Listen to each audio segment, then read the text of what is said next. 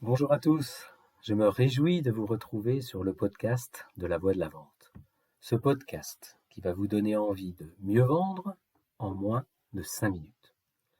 Aujourd'hui, je vous emmène dans mon bureau. Nous nous trouvons à la fin des années 90. Je dirige la filiale française d'une PME allemande. J'ai pris ce poste depuis 2 ans et le business se développe très bien. J'ai avec moi une super équipe. Nous faisons un très bon travail de terrain avec des clients que nous avons réussi à bien fidéliser. Avec la maison mère, j'entretiens d'excellentes relations. Les bons résultats et ma maîtrise de la langue de Goethe m'aident à obtenir ce dont nous avons besoin pour continuer à faire progresser le business. Bref, tout va bien. Tout va bien. Jusqu'à ce qu'un matin, mon téléphone sonne. Je décroche. C'est le directeur commercial basé en Allemagne. Celui à qui je suis censé rapporter au niveau opérationnel.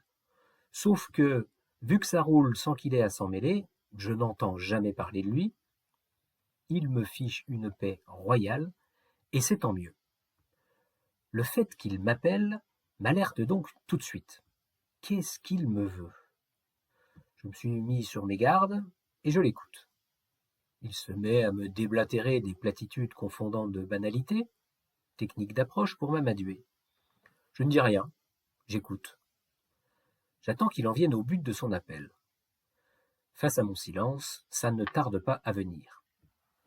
Il commence par en appeler à mon sens du devoir et du collectif. Venant de lui qui se la joue le plus souvent très perso, je me dis que ça n'augure pas du meilleur. Et le voilà donc parti dans des explications géopolitico-économiques de haute volée au sujet du contexte concurrentiel à l'échelle planétaire. Rien que ça. Voici sa conclusion. Notre entreprise subit une attaque massive du leader du marché au niveau mondial. Comment ça se passe en France? Comme d'habitude, j'ai rien remarqué.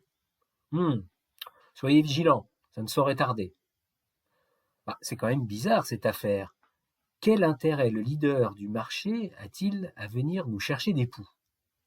Nous sommes en train d'étudier la situation. Je ne peux pas encore vous en dire davantage, mais il faut réagir, vite et avec force. J'attends de vous la plus stricte discipline. Je veux que vous fassiez preuve de fermeté. Ok, c'est-à-dire, choisissez 3 clients à eux et massacrez les prix. Vous êtes sûr de ça? Vous voulez vraiment prendre un tel risque? Oui. D'ailleurs, je ne vous demande pas votre avis. Je vous demande d'appliquer la stratégie que nous avons élaborée en comité de direction. Point barre. Et il raccroche. Traduction.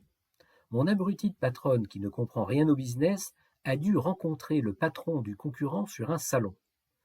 Elle a dû lui prendre le chou, et pour lui donner une leçon, le patron du concurrent vient les chatouiller chez un de leurs clients dans le village où se trouve le siège social de ma boîte.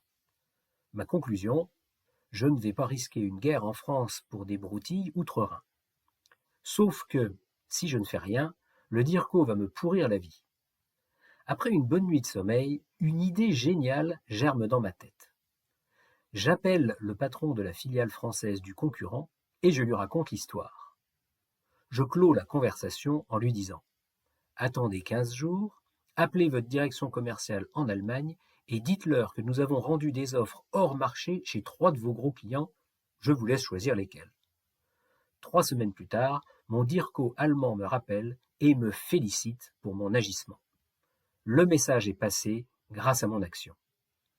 Bien sûr, il ne m'a pas parlé des conséquences potentielles, il s'en fichait totalement. Moi, j'ai profité de l'occasion pour négocier les prix de rétrocession plus bas sur le camion suivant, ça mange pas de pain. Voilà où nous mène cette fâcheuse tendance qu'ont les directions commerciales des entreprises à considérer la vente comme un jeu de bataille navale. Que nenni! La vente est une histoire de confiance. Et la confiance, ça ne se bâtit pas à coups de canon. Alors maintenant, ce qui m'intéresse, c'est de savoir ce que vous auriez fait à ma place. N'hésitez pas à me contacter pour m'en parler. Voilà, sur ce, je vous laisse et je vous dis à jeudi prochain. À bon entendeur, salut!